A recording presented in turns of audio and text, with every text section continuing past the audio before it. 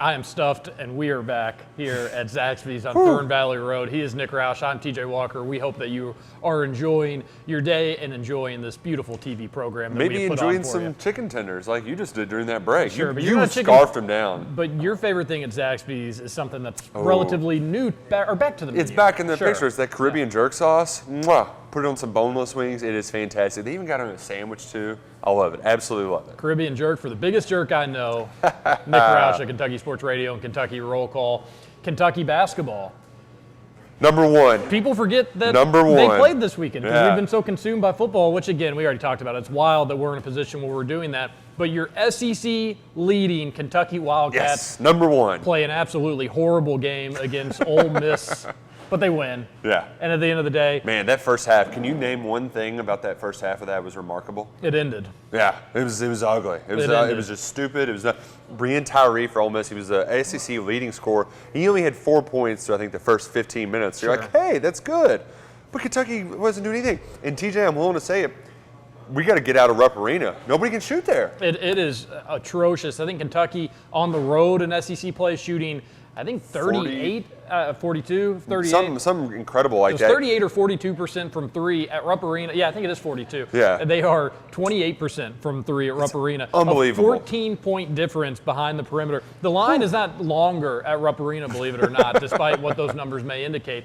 That is remarkable. Man. You won't find a team in the country that has that drastic, especially of a negative at home versus away. Rupp is a tough place to shoot in. It's bigger than most arenas. Sure, the sight lines are different. It's similar to playing in a Final Four, if you will. You generally see Final Four shooting numbers worse than what you see in other gyms, but really inexcusable. And you're seeing, first off, I've got a few different thoughts on it. One, I am just happy with a Kentucky win. Yes. In a wild day where you saw 9 ranked teams, and they only ranked 25 of them, so you do the math on that, 9 ranked teams lose. Kentucky was able to avoid that, which they could not afford to lose to Ole Miss.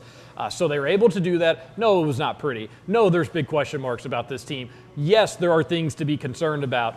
Yes, there are big picture issues with this team. But if you didn't already know this going into the Ole Miss game, then have you not been watching? Have you not been paying attention? This is a flawed basketball team. Yeah. But, Nick, at the end of the day, they only have 5 losses.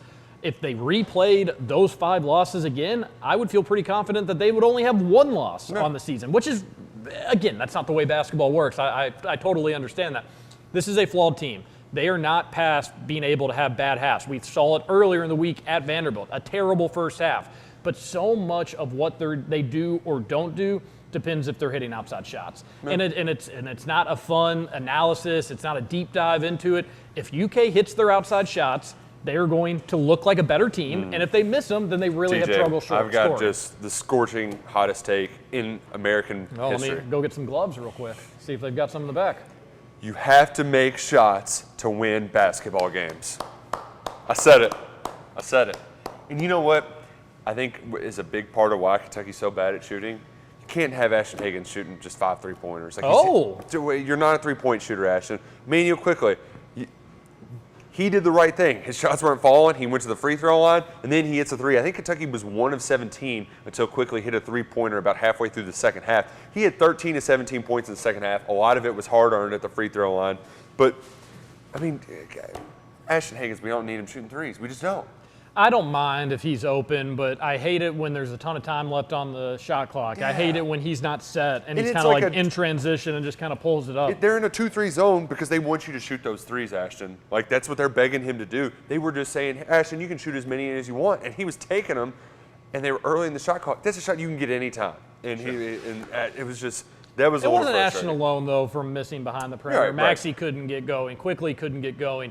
Jazang had some open looks and eventually was able to, I think, hit 1 or 2. He hit one right in that final minute before half that cut it to 2, where you're like, okay, that's some good things. But all in all, just the shooting was bad. And that kind of, if they make a couple more, then we're not having this conversation. But ultimately, Kentucky did what they needed to do to win the game. Emmanuel quickly was big down the stretch. And you got some nice hustle plays out of E.J. Montgomery. I know people on the radio show all week are going to call me a butt slapper, and I don't know what to do with this game. Like, it doesn't – if Kentucky would have lost that game, I would have been somewhat livid, and I think you just kiss seed goodbye. Like, don't worry about the seed at that point. Just worry about, like, staying healthy and not completely falling off a cliff the remaining 6 games of the schedule.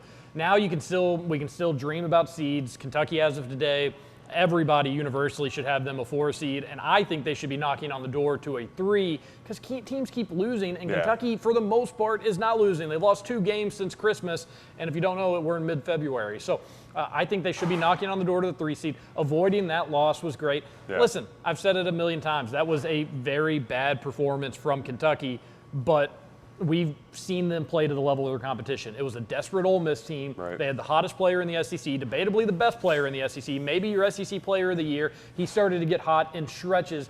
And still held him to less than 20 points. And while we're going to talk about how poorly Kentucky shot from the perimeter, how about another great defensive effort? Yeah. They were great at Vandy. They were great against Ole Miss. Again, those are teams. Vandy's not going to the tournament. Ole Miss is going to need to get hot, remain hot to get to the tournament.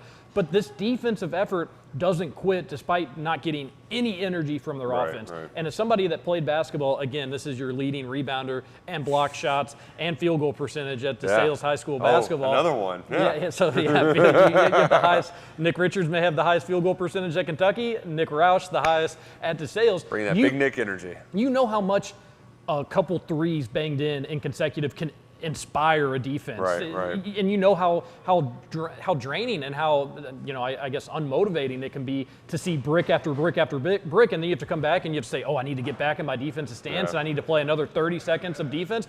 It's tough to do that, Nick. So despite the offense completely stinking, horrible, they were able to play great defense. So if you want a positive, there you go. That's a positive spin on it, but we all know that they were looking ahead a little bit to Tuesday, which will be their biggest game up to this point in the SEC season for different reasons. You may point to that Auburn game for College Game Day, and that's not a bad answer, but you can bury LSU in the SEC. And you can make it a 2-horse race between you and Auburn with a win Tuesday. Kentucky's a game up on Auburn. They're a game up on LSU.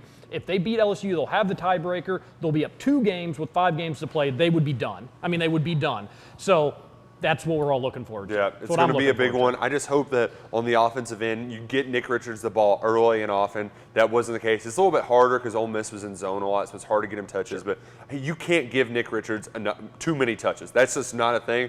And I know I might be asking for a miracle here, but, man, Ashton Hagans, he has great steals. He gets Kentucky running in transition, and he's got a contested shot at the rim, and then he just doesn't convert. If he just converts 2 or 3 more of those a game, just give him 6 or 8 more points. That's all Kentucky. That would make such a significant difference in this team. It would. And at some point, it seems like the easy shots or the shots near the rim, with how the margin for error is so thin for this Kentucky basketball team offensively, that you got to make the bunnies. Yeah. You got to make the bunnies. Nate Cicina, go dunk it. And if you miss it, have people there to tip it in. There was a few times on Saturday against Ole Miss where even the tip-ins just weren't falling. And it was like, what's going on? There seems to be a lid on the basket. So we'll preview Tuesday night a little bit more. Huge game for Kentucky, 9 o'clock down in Baton Rouge. In a huge bad week for the Louisville Cardinals, too. Yeah, we'll come back. We'll talk about that. A wild weekend of college basketball. We'll return here on the Sports Bus.